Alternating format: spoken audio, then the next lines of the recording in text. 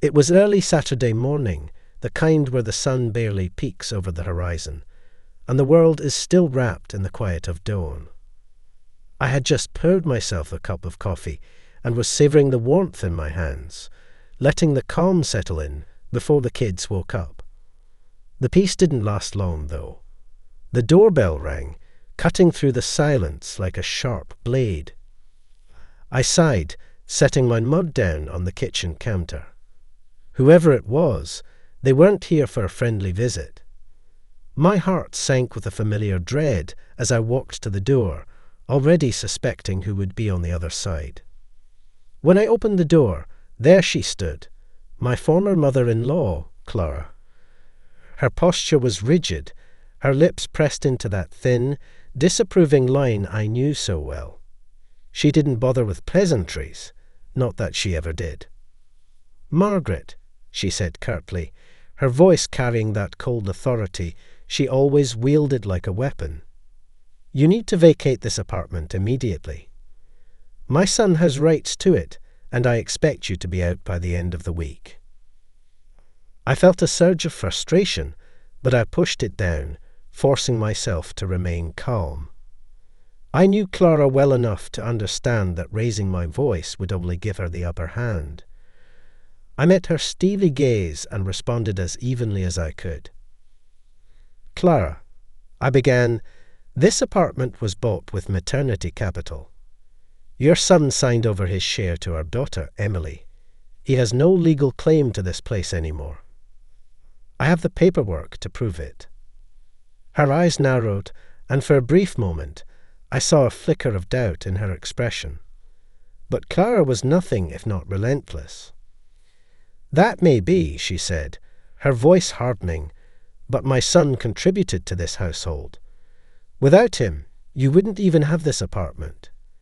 It's only right that he gets what he deserves." I took a deep breath, feeling my patience start to fray at the edges. I had been through this argument in my head 1,000 times, but facing it in person was a different battle altogether. "He made his choice, Clara," I said, my tone firmer now. "When he signed those papers, he gave up any rights to this apartment. I'm not going anywhere. This is our home, Emily's home. She needs stability, and I won't let anyone take that from her." Clara's eyes flashed with anger. She wasn't used to being challenged, especially not by me. For years, I had tried to keep the peace, to avoid confrontations that would only make things worse. But this was different. This was about my children, and I wasn't going to back down. "You're being unreasonable, Margaret," Clara snapped, stepping closer as if to intimidate me. "You're making things difficult for everyone involved. My son has rights, and I will make sure he gets them." I squared my shoulders, refusing to let her see how much her words shook me. "I'm not being unreasonable," I replied, my voice steady despite the storm brewing inside me. "I'm being a mother. I'm protecting my children and our home. A divorce will settle these issues legally, but until then, I will not allow you to force us out." Clara's glare intensified, her frustration palpable. For a moment, we stood there in tense silence, neither of us willing to back down. I could see the wheels turning in her mind, trying to find another angle of attack. "You're making a mistake, Margaret," she finally said, her voice low and dangerous. "You'll regret this."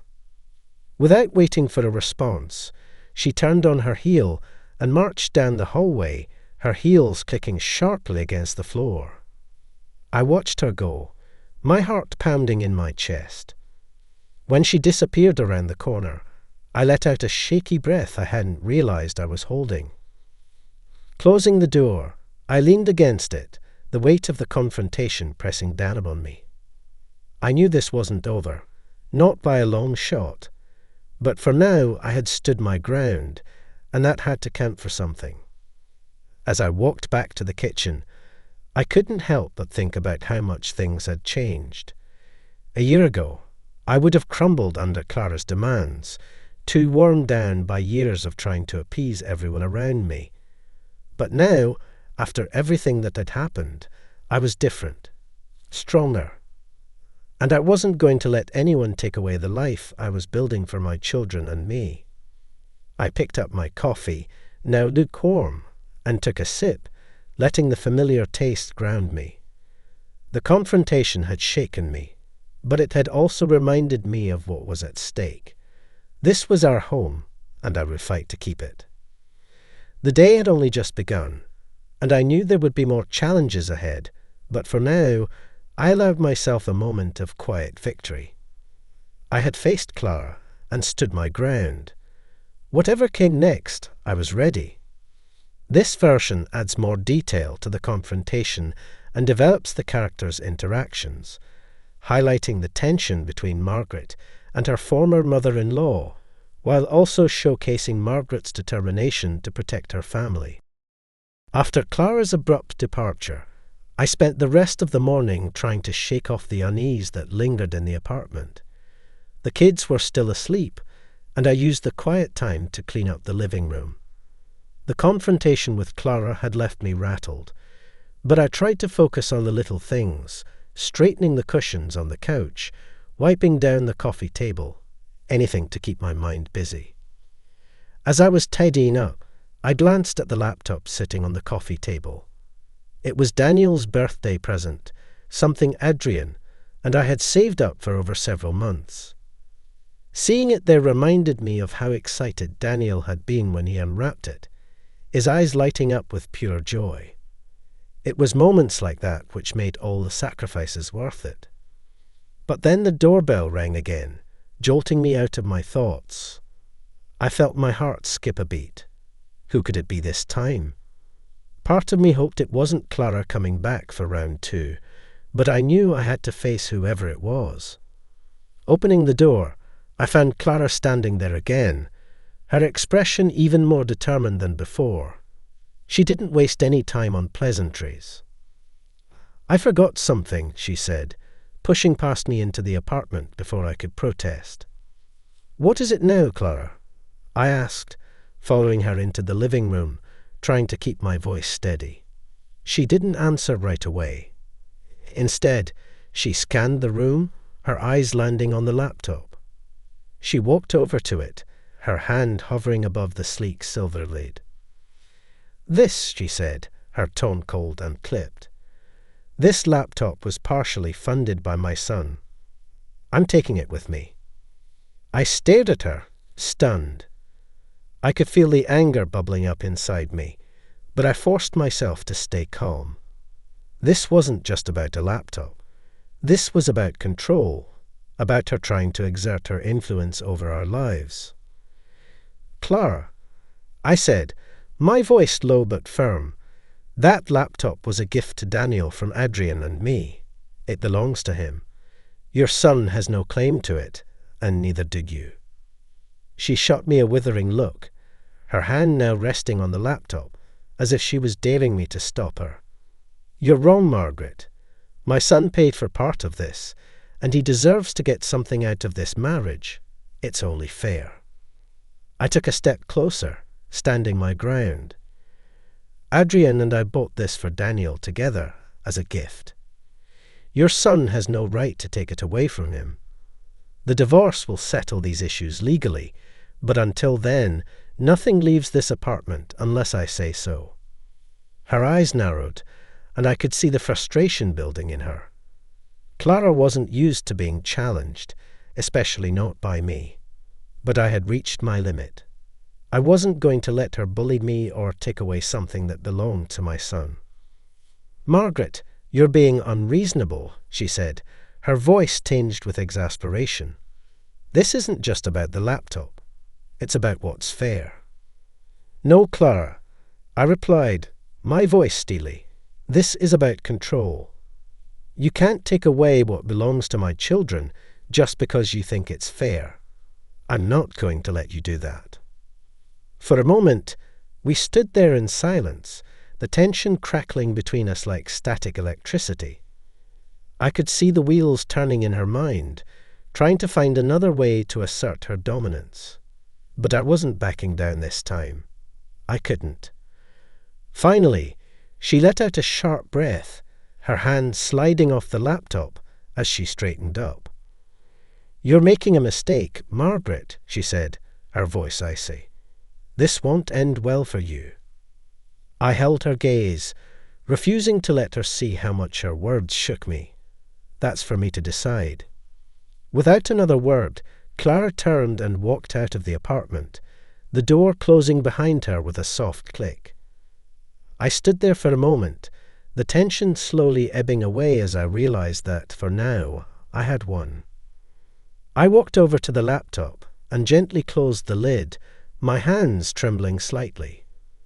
I knew this wasn't the end of Clara's attempts to interfere in our lives, but I also knew that I had to be strong for myself and for my children. This laptop wasn't just a piece of technology. It was a symbol of our independence, our ability to stand on our own 2 feet without relying on anyone else. As I sat down on the couch, I thought about all the battles I had fought since the divorce, all the times I had felt like giving up. But looking at that laptop, I knew I couldn't afford to give up. Not now, not ever. This was our home, our life, and I would protect it with everything I had. The apartment was quiet again, but it no longer felt peaceful. It felt like the calm before the storm, and I knew that more challenges were coming. But as I sat there, my resolve hardening, I realized that I was ready. Whatever Clara threw at me next, I would face it head-on. For Daniel, for Emily, for all of us. This version delves deeper into the tension between Margaret and Clara, illustrating how the laptop symbolizes more than just a gift. It represents control, independence, and the lengths to which Margaret is willing to go to protect her children and their home. The days following Clara's visit were a whirlwind of emotions and tension. I did my best to focus on the kids, on maintaining a sense of normalcy despite the undercurrent of anxiety that seemed to permeate everything. I knew Clara wouldn't give up easily, and her threats lingered in my mind like dark clouds on the horizon. One evening, after putting the kids to bed, I settled onto the couch with a book, hoping to lose myself in someone else's story for a while. The apartment was finally quiet, the day's stresses slowly melting away. But as I turned the pages, my mind kept drifting back to Clara's visit, to the way she had tried to take Daniel's laptop. It was a battle won, but I knew the war was far from over. Just as I was starting to relax, the doorbell rang, startling me out of my thoughts. I glanced at the clock. It was late, too late for a casual visit. My heart skipped a beat as I stood up, wondering who it could be. A part of me hoped it wasn't Clara again, but deep down, I knew it wasn't her. This felt different. When I opened the door, I was met with a sight that sent a jolt through my system. Adrian was standing there, his hands in his pockets, looking as if he'd been debating whether to knock or not. It had been months since I'd last seen him, and the sight of him standing on my doorstep brought a flood of emotions rushing to the surface. Anger, sadness, confusion, and something else I couldn't quite identify. "Margaret," he said softly, his voice tinged with an uncertainty that was so unlike him. "Adrian," I replied, trying to keep my voice steady. "What are you doing here?" "I needed to see you," he said, his gaze meeting mine. "We need to talk." Before I could respond, another figure appeared in the hallway behind him. My breath caught in my throat as I realized who it was. My ex-husband, the man who had left me to fend for myself and our children. He looked just as shocked as I felt, his eyes narrowing as he took in the scene before him. "What the hell is going on here?" My ex-husband demanded, his voice laced with anger and confusion. He stepped closer, his eyes flicking between Adrian and me, trying to piece together a story that didn't exist. Adrian straightened, his expression calm despite the tension crackling in the air. "I'm here to talk to Margaret," he said evenly. "This has nothing to do with you." My ex-husband's eyes darkened, and I could see the jealousy flaring up in them. He turned to me, his voice dripping with accusation. "So this is why you're so adamant about keeping everything. You've already moved on, haven't you? Found yourself a new man to replace me." "That's not what this is about," I snapped, unable to keep the anger out of my voice. "This is about our children, about their home. You walked away from us, remember? You have no right to come here and make demands." He looked taken aback by my outburst, as if he hadn't expected me to stand up to him. For so long, I had been the one trying to keep the peace, to avoid conflict at all costs. But that was the old me, the one who had been too afraid to stand up for herself. This time, I wasn't backing down. Adrian stepped forward, his voice calm but firm. "This is between Margaret and me. If you have any issues, take them up with your lawyer. But right now, you need to leave." My ex-husband bristled at the suggestion, but he could see that he was outnumbered, that he had lost whatever leverage he thought he had. He shot me one last look, filled with a mix of anger and something that looked like regret, before turning on his heel and storming out of the apartment. The door slammed behind him, the sound echoing through the now quiet apartment. I stood there, my heart pounding in my chest, trying to process what had just happened. Adrian remained where he was, his presence steady and reassuring in a way that both comforted and confused me. "I'm sorry," Adrian said after a moment, his voice softening. "I didn't mean to cause any trouble." I shook my head, trying to clear the fog of emotions swirling inside me. "It's not your fault," I replied, my voice barely above a whisper. "He was going to show up eventually, whether you were here or not." Adrian nodded, his gaze searching mine. "Margaret, I know things have been difficult between us, and I'm not here to make it harder. I just wanted to see how you were doing." His words caught me off guard, and I felt a lump forming in my throat. For so long, I had been dealing with everything on my own, trying to be strong for the kids, for myself. But hearing Adrian's concern, the genuine care in his voice, made me realize how much I had missed having someone to lean on. "I'm managing," I said, my voice shaky. "It hasn't been easy, but I'm doing the best I can." He took a step closer, his eyes filled with a tenderness that made my chest tighten. "You don't have to do it alone, Margaret. I want to help, if you'll let me." I stared at him, my mind racing with 1,000 thoughts. There was so much history between us, so much pain and unresolved feelings. But there was also something else, a connection that hadn't been severed despite everything we'd been through. And in that moment, I realized that maybe, just maybe, we could find our way back to each other. But I wasn't ready to let my guard down just yet.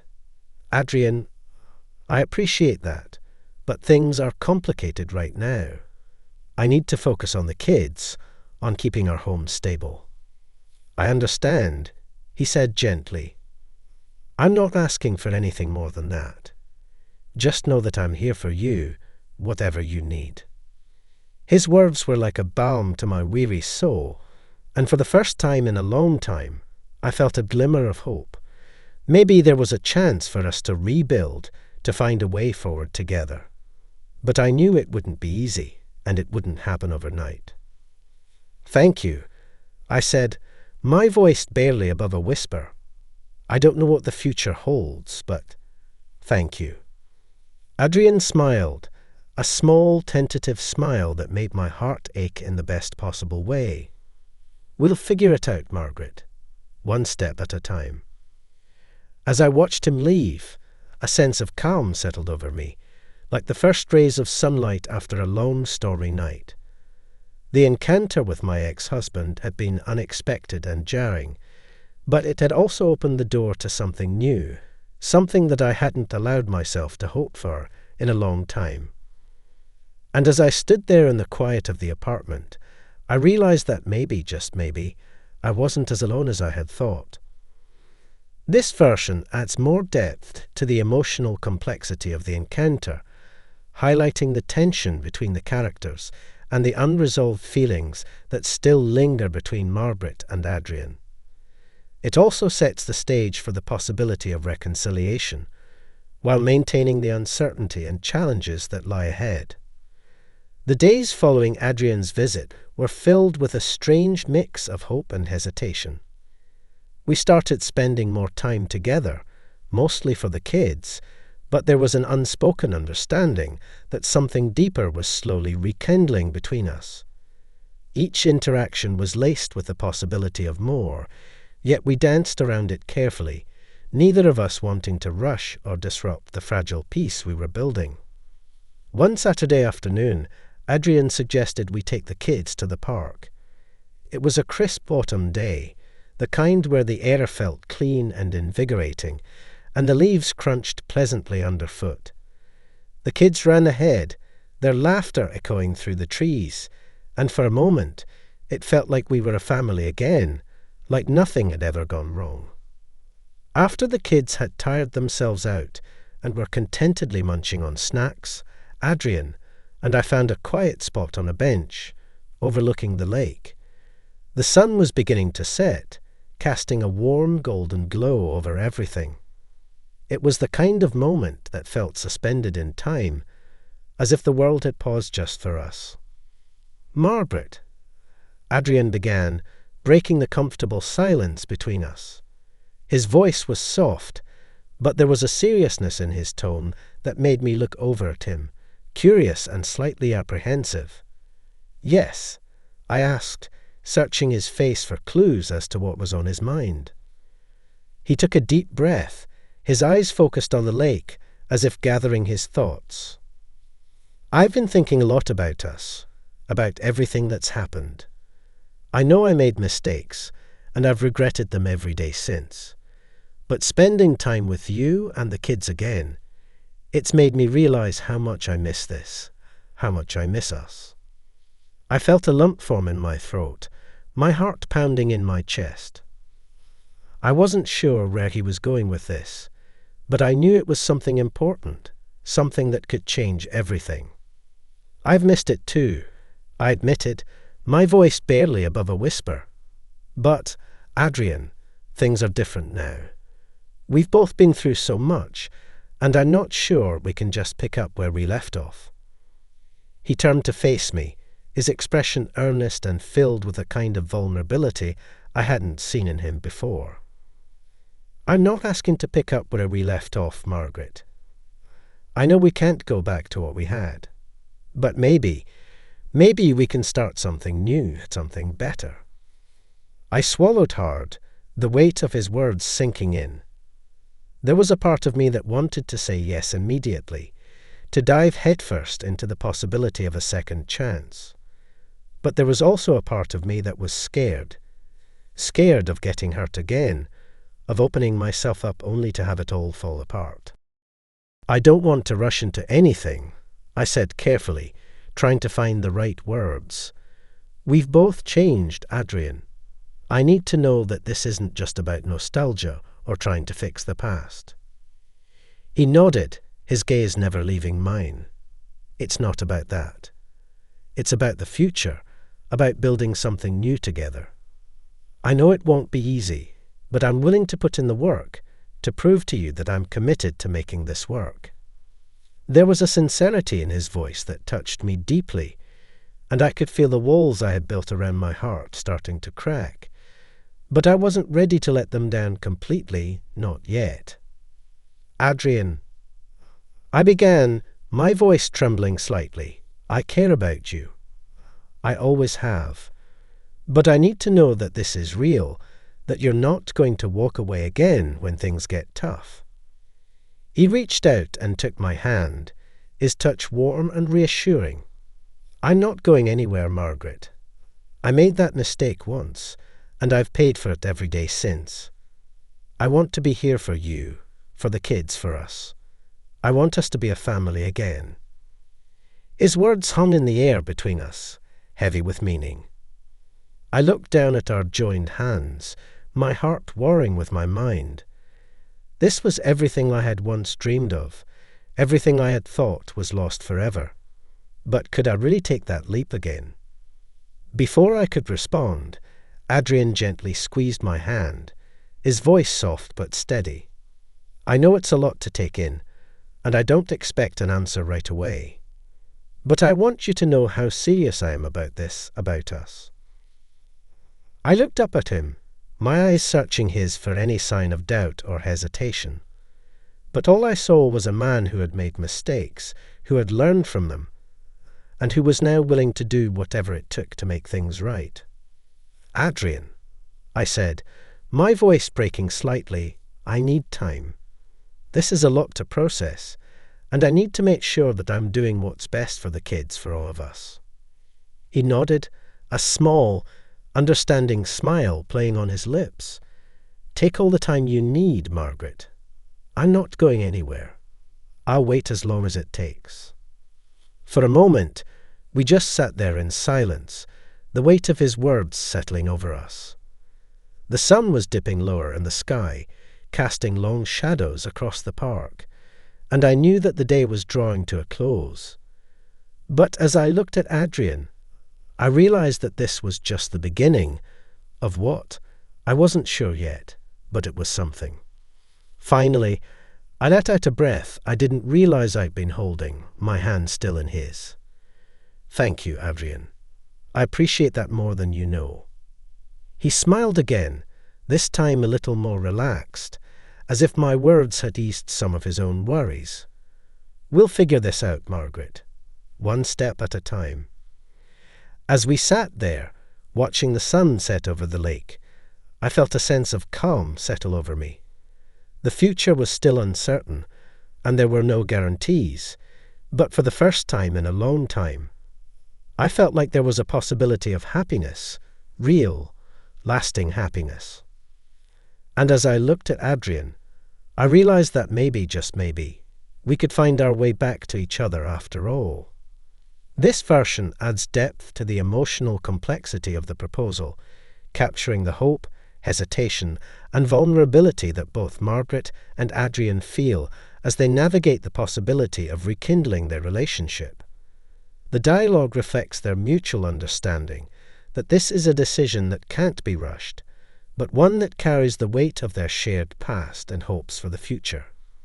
The weeks following Adrian's proposal were a blur of emotions and decisions. True to his word, he didn't pressure me for an answer.